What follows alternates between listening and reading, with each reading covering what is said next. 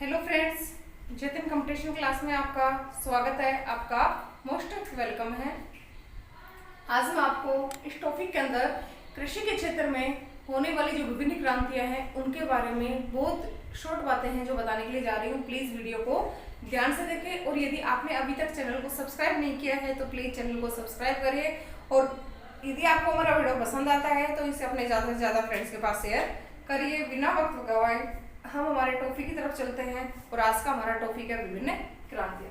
देखिए फ्रेंड्स, जो विभिन्न क्रांतियां हैं उसमें हम सबसे पहले पढ़ेंगे हरित क्रांति। सबसे पहली क्रांति कौन सी है हमारे? हरित क्रांति। याद रखना फ्रेंड्स, ये जो हरित क्रांति है इसका जो प्रारंभ था वो हुआ था 1967 में। हरित क्रांति का प्रारंभ हुआ था 1967 में। याद रखना 1967 में तीसरी पंचवर्षीय योजना चल रही थी। तीसरी पंचवर्षीय योजना, इस समय जो योजना कार्यान्वित थी वो तीसरी पंचवर्षीय योजना थी। तो हम ये भी कह सकते हैं कि हरित क्रांति का जो प्रारंभ था 1966-67 है। 1966-67 और 1966-67 में जो योजना चल रही थी फ्रेंड्स वो चल रही थी हमारी तीसरी पंचवर्षीय योजना। अब देखते हैं इसका संबंध किससे था। इसका संबंध किससे था? याद रखना फ्रेंड्स, जो हमारे हरित क्रांति है उसका संबंध था खाद्यान्न उत्पादन को बढ़ाना।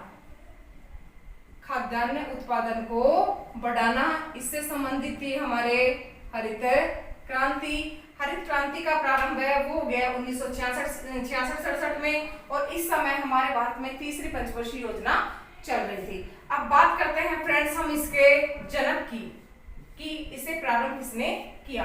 यदि जनक हमें विश्व लेवल पर पूछ रहा है तो हमें करना है फ्रेंड्स नॉर्मन ई बोरलॉग। क्या करना है? Norman E Borlaug. और जो ये नॉर्मन ई बोरलॉग था इसका संबंध था फ्रेंड्स मैक्सिको से। नॉर्मन ई बोरलॉग का संबंध कहां से था? मैक्सिको का। और यदि इसी जनक के बारे में फ्रेंड्स हमें भारत में पूछता है तो आपको पढ़ना है एमएस स्वामीनाथन। इंपोर्टेंट करते हैं कि भारत में जनक पूछे तो एमएस स्वामीनाथन पढ़ना है और यदि विश्व में जनक पूछता है तो आपको नॉर्मन ई बोरलॉग पढ़ना है और नॉर्मन ई बोरलॉग का संबंध था फ्रेंड्स मैक्सिको से। अब हम जो अगली क्रांति है उसके बारे में बात करते हैं। उस क्रांति का नाम है फ्रेंड्स श्वेत क्रांति। क्या नाम है उसका?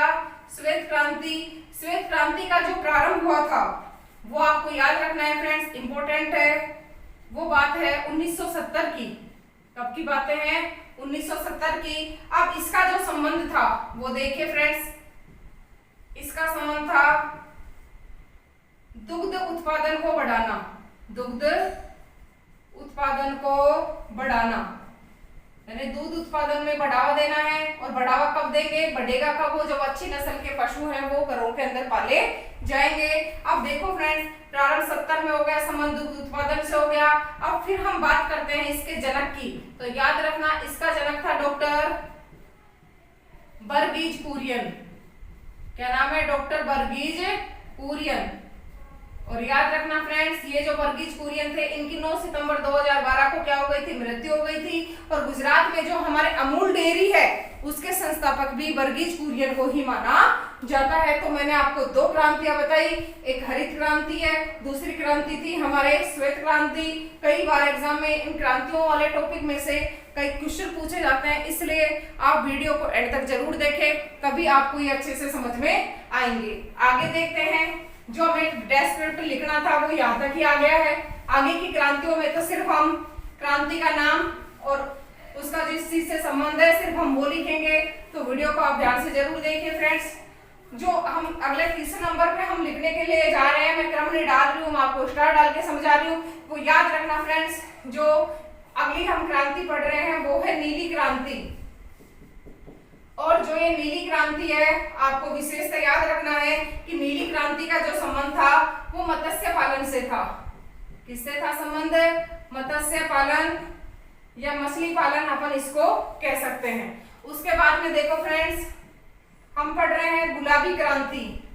अगली क्रांति है गुलाबी क्रांति। याद रखना फ्रेंड्स, जो नीली थी वो तो मत्स्य पालन से थी, और जो हमारे गुलाबी क्रांति है ये एक मछली की विशेष किस्म है जिसको झींगा मछली कहा जाता है।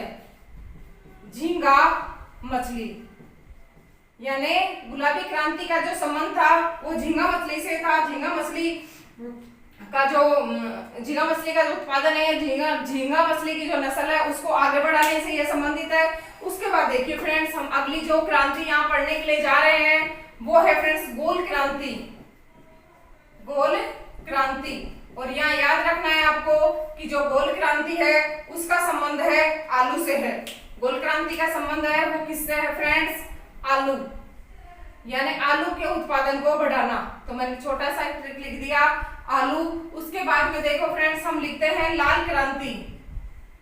तो लाल क्रांति का संबंध है वो फ्रेंड्स देखो दो चीजों से है, एक तो है टमाटर और दूसरा है मांस। एक तो टमाटर से है और दूसरा क्या है?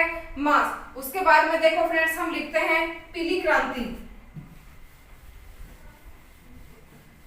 अगली क्रांति है हमारे पीली क्रांति, और जो पीली क्रांति है इसका संबंध फ्रेंड्स हमें करना है तिलहन। पीली क्रांति का संबंध करना है हमें तिलहन से, और तिलहन में भी विशेषता यदि यहाँ हमें पूछता है तो इसका संबंध करना है सरसों से।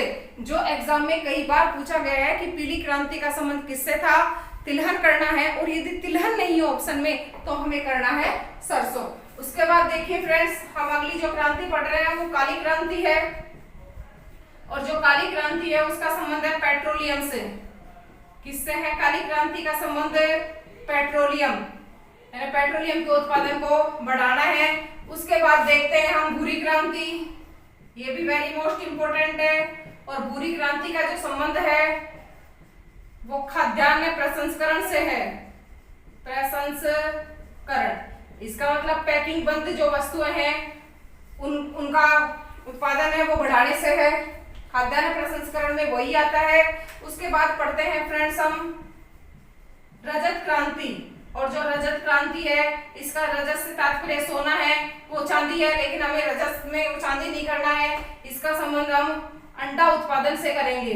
किससे करना है? अंडा उत्पादन। ये ऑप्शन में नहीं हो तो मुर्गी पालन भी अपन यहाँ पर कर सकते हैं, क्योंकि मुर्गी से ही अंडे की प्राप्ति होती है। नेक्स्ट देखिए फ्रेंड्स, अगली जो क्रांति हम पढ़ने के लिए जा रही है वो है बादामी क्रांति। क्या नाम है? बादामी। और बादामी क्रांति का जो संबंध है वो याद रखना है मसाला उत्पादन है। बादामी क्रांति का जो संबंध है वो फ्रेंड्स है मसाला उत्पादन को बढ़ाना। उसके बाद अगली जो क्रांति हम देखने के लिए जा रहे हैं उससे पहले मैं आपको एक बात बता देती हूँ, आप वीडियो को एंड तक जरूर देखें, तभी आपको ये पॉइंट है जो समझ में आएंगे, अन्यथा इसमें आपको कुछ भी समझ में नहीं आएगा। देखिए फ्रेंड्स, अगली जो क्रांति है हमारे बादामी क्रांति के बाद में वो क्रांति आती है हमारे बादामी क्रांति के बाद में हमारे आते हैं संपर्क क्रांति। कौन सी क्रांति आती है? संपर्क क्रांति। जो संपर्क क्रांति है वो याद रखना फ्रेंड्स, इंपॉर्टेंट है। इस संपर्क क्रांति का जो संबंध है वो है राजमार्गों को जोड़ना।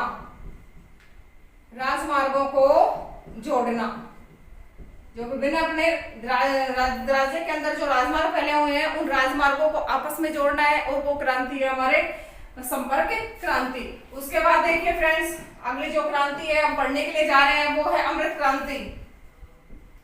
अमृत क्रांति। इस अमृत क्रांति का जो संबंध है वो है नदियों को जोड़ना। नदियों को जोड़ना। देखो फ्रेंड्स, ऊपर वाली जो संपर्क क्रांति थी वो तो हमारे राजमार्गों को जोड़ने से संबंधित आ गई है, और जो अमृत क्रांति है वो हमारे जो नदियों का जल है उनको आपस में मिलाना है, अर्थात नदियों को जोड़ने से संबंधित है हमारी ये क्रांति आती है। उसके बाद देखो फ्रेंड्स, हमें एक दो क्रांतियां और भी जाननी है जो इस क्षेत्र के अंदर हमारी नहीं है, वो देखते हैं फ्रेंड्स। आपको लिखना है आगे स्टार डाल के, आपको क्वेश्चन लिखो, वो है इंद्रधनुष क्रांति। इंद्रधनुष क्रांति। याद रखना फ्रेंड्स, जो इंद्रधनुष क्रांति है वो कृषि व संबंधित क्षेत्र के विकास से संबंधित है। कृषि व संबंधित क्षेत्र का विकास। कृषि और संबंधित क्षेत्र के विकास से संबंधित जो क्रांति है वो हमारे इंद्रधनुष क्रांति आ जाएगी। ये देखिए फ्रेंड्स, इस छोटे से टॉपिक के माध्यम से मैंने आपको बहुत इंपॉर्टेंट जानकारी दी है और मैं आपको पुनः बता रही हूँ। यदि आपने अभी तक मेरे इस YouTube चैनल को सब्सक्राइब नहीं किया है तो प्लीज फ्रेंड्स सबसे पहले इसे सब्सक्राइब करिए, बेल आइकन को दबाइए ताकि आने वाले हर वीडियो के बारे में आपको पहले से पता लगे। और यदि आपको ये वीडियो पसंद आ रहा है तो ज्यादा से ज्यादा इसे अपने मित्रों के पास शेयर करिए ताकि उन लोगों को भी इसकी जानकारी है जो मिल सके। तो वीडियो को अंत तक देखने के लिए आपका बहुत बहुत धन्यवाद। Thank you very much.